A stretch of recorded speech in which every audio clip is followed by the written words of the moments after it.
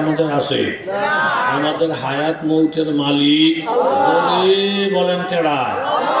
যার কলিজাটা অনেক বড়, আল্লাহর উপরে ভরসা করে চলে, মানুষের খোদা মানে না, হায়াত মৌত এই সব কিছুর মালিক জোরে বলেন কে?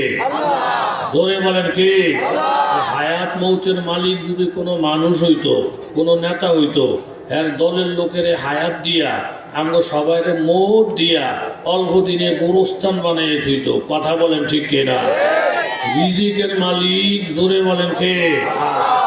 রিজিক যদি কোনো নেতার উপরে থাকতো, তাহলে আপনারা তো মোটামুটি ঠেল্লা ঠুল্লা ফাড়াফাড়ি কইরা কিছু রিজিক লইতেন। আমগরে দেখলে যারা হুজুর দেখলে চমকে ওঠে, এই হুজুরকে ধরা, হুজুরকে ধরা, হুজুরকে বিষয়টা ফরে, হুজুরকে বিষয়টা ফরে। আমগো মরণ ছাড়া আর বিকল্প কোনো পথ ছিল না। কথা জোরে বলেন ঠিক কিনা? এই জন্য জরুরি গুরুত্বপূর্ণ বিষয়গুলো আল্লাহ কারো হাতে না দিয়া এটা নিজের হাতে রাখছেন। কথা বলেন ঠিক কিনা?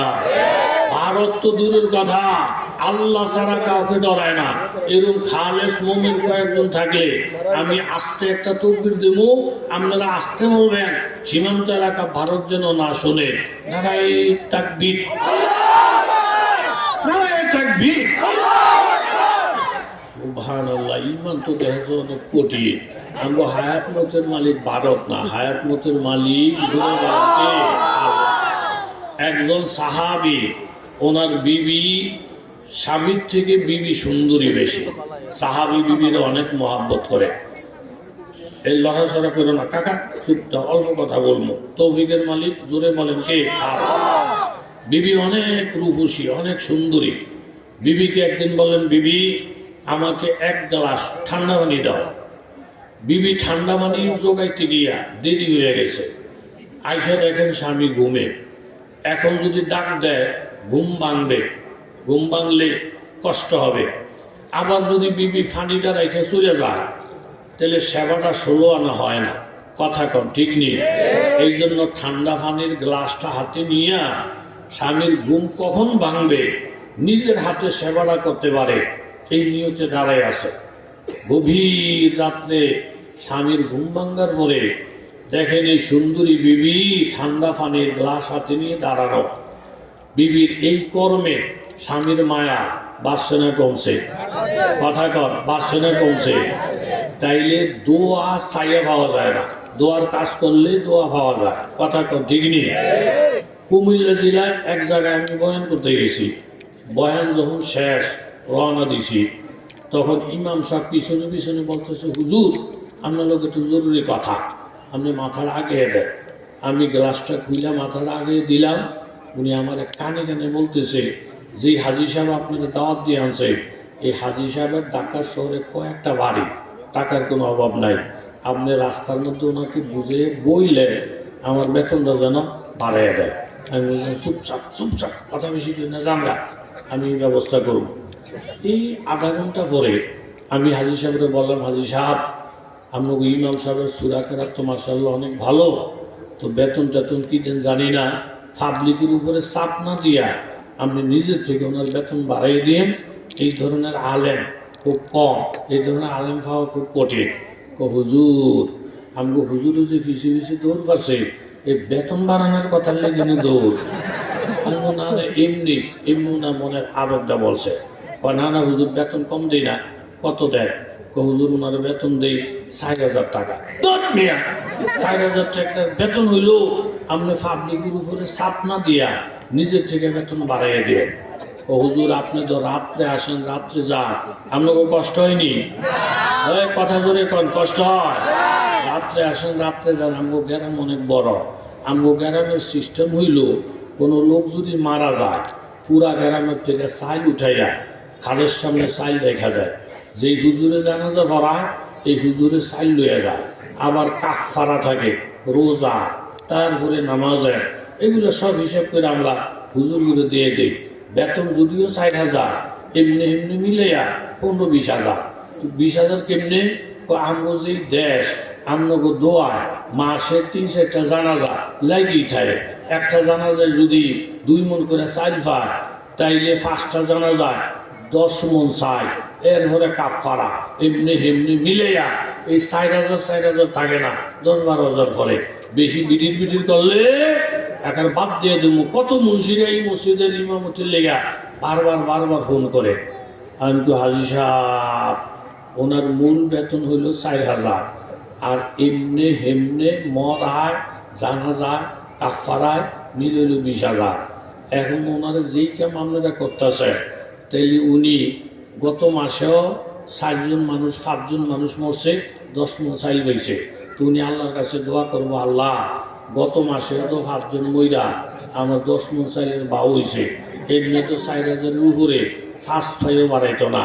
আল্লাহ এই মাসে কি ঠেলা হলো, মাসের 28 তারিখ জায়গা একটা মানুষও মরে না, হে ঘুরে গেরা 4,000 টাকা ধরাই দিব। আমিও গেছি, আমার ফোলাফেনও গেছে। আল্লাহ মাসের আর মাত্র 2টা দিন বাহি আছে। আল্লাহ আমরা ভাবির দূরছি এই 2 দিনের মধ্যে 60 জনের মরণের বাউ করে দেয়।